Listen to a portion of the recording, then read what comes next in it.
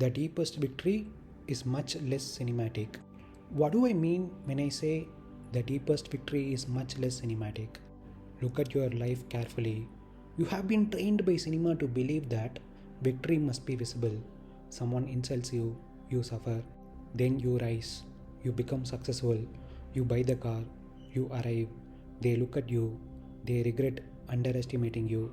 The woman chooses you, the family recognizes you, the audience applauds. That is victory according to the imagination. It has a climax, it has music, it has an audience, it has a before and an after. And most importantly, it gives the ego a tremendous amount of food. But what happens if the deepest victory produces no scene at all? You wake up tomorrow. Nothing spectacular has happened. Nobody has apologized. Nobody has realized they were wrong. Nobody is jealous. Nobody is impressed. You haven't become extraordinarily important. You don't have a dramatic love story. You don't have a comeback story. You don't have anything to prove. You eat breakfast. You do your work. You take a walk. You speak to someone. You go to sleep. And there is no psychological noise. There is much less cinematic. But perhaps that is the victory. Because what were you calling suffering? The uncle, the family, the status game, the beautiful woman, the career, the past, the future, the desire to become somebody. But look more carefully. Those things were not necessarily producing the suffering. The story you were constructing around those things was producing the suffering. The uncle says something, that's an event. Your mind says, he thinks I'm inferior. Then I'll prove him wrong. Then one day I'll become successful. Then they'll see. Then I'll arrive. 5 minutes of reality have become a 5-year screenplay. That's the suffering. And this is why your realization about being ordinary is so important. You said, I'm okay with being ordinary. Do you understand what you are giving up? You are giving up the need for a dramatic identity. You are saying, I don't need my life to look impressive in order for me to experience it. That's enormous. Because now you don't need the comeback. You don't need the audience. You don't need the villain. You don't need the beautiful woman to certify your desirability. You don't need wealth to certify your worth. You don't need success to erase your past.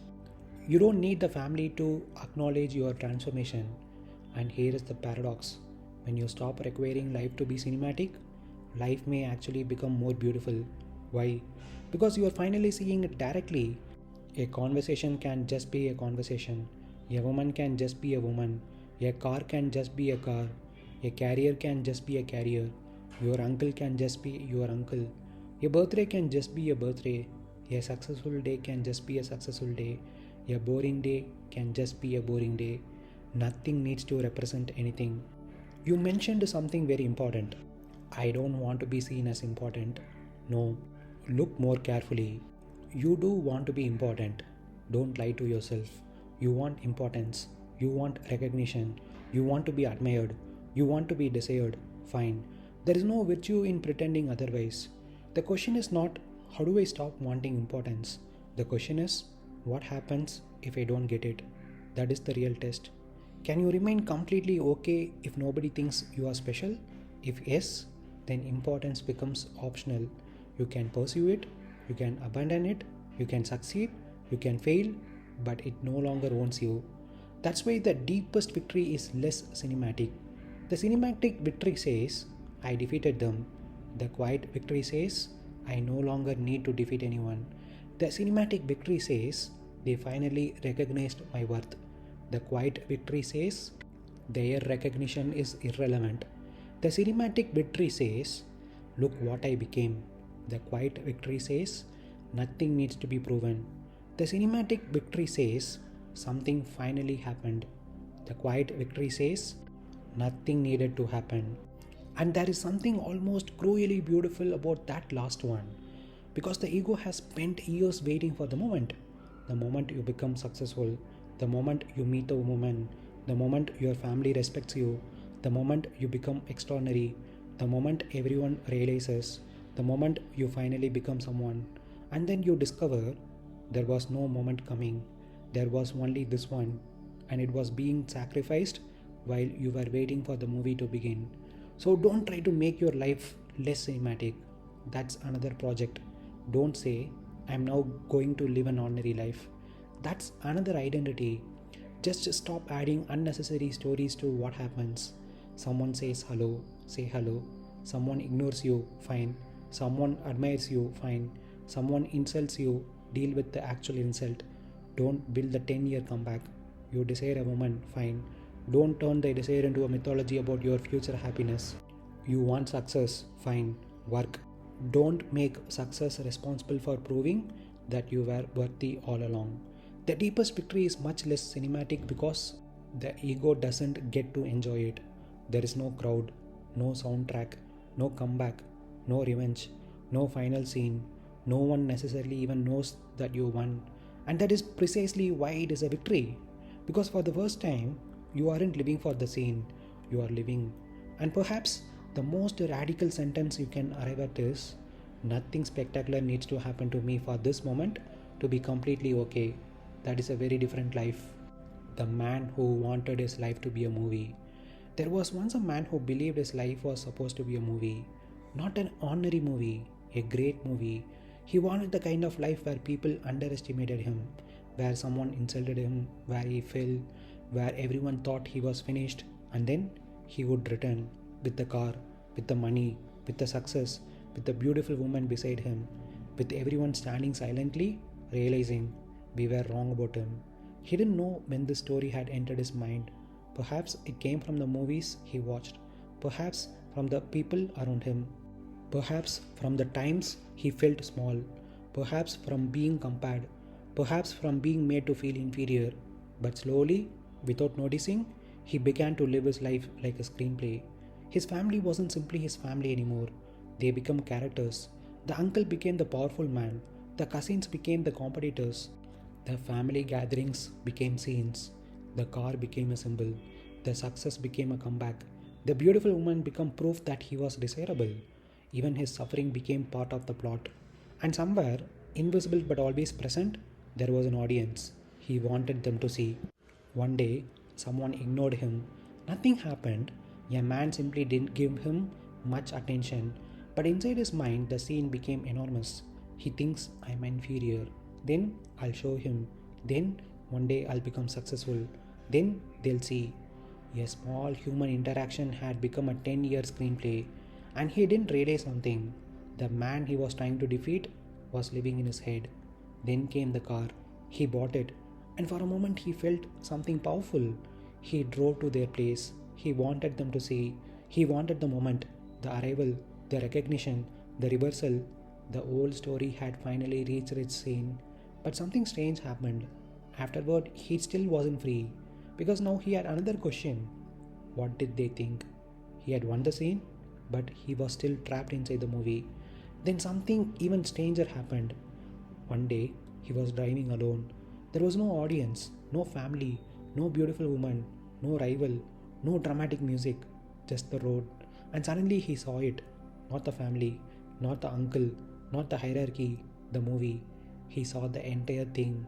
The insult, the comeback, the car, the status, the desire to be important, the desire to be desired, the desire to be recognized, the desire to become someone. He saw how the mind had taken ordinary events and turned them into a grand psychological drama. And he realized, I've been trying to make my life cinematic. That was the beginning of the end. Because he suddenly understood something. Cinema needs drama. Cinema needs conflict. Cinema needs villains. Cinema needs rejection. Cinema needs desire. Cinema needs a hero. Cinema needs a climax. Cinema needs an audience. But life doesn't. Life can simply happen. Someone can say hello. You can say hello. Someone can ignore you. You can continue walking. Someone can admire you. You can enjoy it. Someone can dislike you. You can live. You can desire a moment. You can feel the desire. You don't need to turn the desire into a love story. You can want money. You can work for it. You don't need to make money responsible for proving your worth. You can become successful. You can become ordinary. You can be admired. You can be forgotten. And none of it needs to become a verdict on who you are. Then he discovered something frightening. He had always been afraid of being ordinary. Because ordinary meant nobody is impressed. Nobody is jealous. Nobody is watching. Nobody is waiting for your comeback. Nobody is saying, look at him now. Their ego hated this. Their ego whispered, if you're ordinary, you're nobody. But for the first time, he didn't argue with the thought. He simply looked at it, and something became clear. Being ordinary is not being worthless. It is simply being free from the requirement to appear extraordinary. And so his life became quieter. Not because he stopped dreaming, not because he stopped working, not because he stopped wanting success, not because he stopped wanting love, but because those things no longer had to carry the burden of making him somebody. He could build a company without needing the world to applaud. He could become fit without needing people to admire his body. He could make money without needing his relatives to regret underestimating him. He could fall in love without requiring the woman to complete his story. He could succeed without needing revenge. And he could fail without turning failure into tragedy. One evening, the same uncle saw him. The old missionary began. The old thoughts appeared. What does he think of me? Should I speak? Should I ignore him? Should I show confidence? Should I show that I don't care? And then he saw it. The movie was trying to start again. He smiled. The man said hi. He simply said hi. Nothing more. No strategy. No performance. No victory. No defeat. Just hi. And he walked on. That night, he understood something he had never understood before. He had spent years trying to create a spectacular victory, but the deepest victory was almost invisible. Nobody saw it. Nobody applauded. Nobody knew it had happened. There was no car, no comeback, no beautiful woman, no audience, no dramatic music, no final scene, just a quiet mind, a normal evening, and sleep, deep sleep. And perhaps that is the strangest victory of all. Not I showed them, but I no longer need to show them. Not they finally recognized my worth, but their recognition is no longer required. Not I became extraordinary, but I am completely okay if nothing extraordinary happens. Not I won the story, but I don't need a story. Because the deepest freedom is not becoming the hero of your movie, it is realizing you are never required to perform in one. And the deepest victory, it is much less cinematic. It may look like nothing happened, and that is precisely the point. Nothing needed to happen. You say, I want my life to be cinematic. Look carefully at what that means. A cinematic life requires events. Someone must insult you, you must fall. Someone must underestimate you, you must disappear. Then you return. The car arrives, the music rises. Everyone realizes they were wrong. You become important, you become desirable, you kiss the beautiful woman, you become successful, you become extraordinary, you become someone. And then finally, the audience sees you. That is cinema. And cinema is extraordinarily intoxicating. But notice the hidden requirement. There must always be a problem. Without the problem, there is no hero.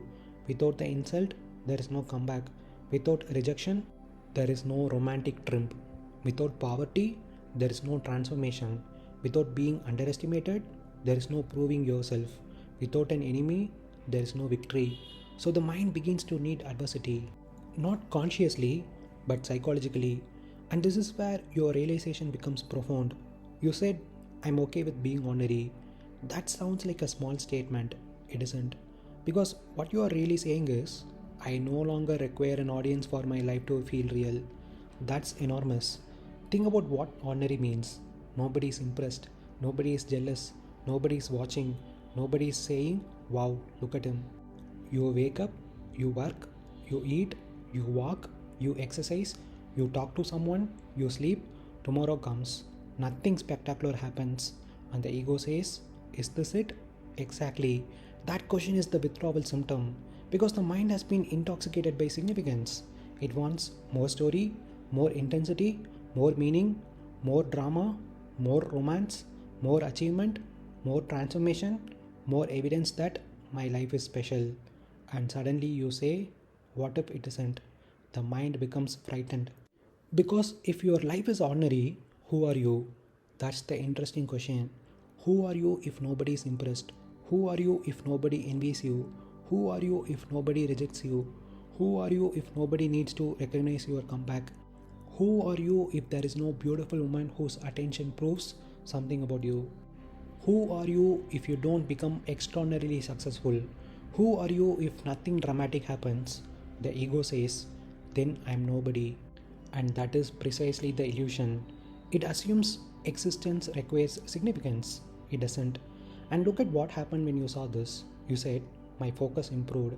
I could think clearly. I could sleep. The drama disintegrated. Why? Because you've removed an enormous amount of psychological computation. Previously, the mind had to continuously calculate, what does this mean? What will happen? What will they think? What should I become? How will I prove myself? What should my future look like? What relationship should I have? What achievement would make me important? How will the story end? That's an enormous cognitive burden. Then suddenly, nothing needs to become a movie and the mind has less to do. Of course, there is more clarity, but don't turn this realization into another movie. This is extremely important. You had a realization, and immediately the mind says, wow, 99% of my suffering is gone. Be careful. That statement itself can become cinematic. Now you created the day I discovered the secret of life. That's the movie again. The ego has a remarkable ability to turn even its own death into a heroic scene. So don't make this realization into an achievement. Don't become, I am now the guy who has transcended cinematic living. That's just another character. Simply observe whether the drama has actually diminished. That's all. And the beautiful girl example is particularly revealing. You said, sometimes I crave kissing a beautiful girl.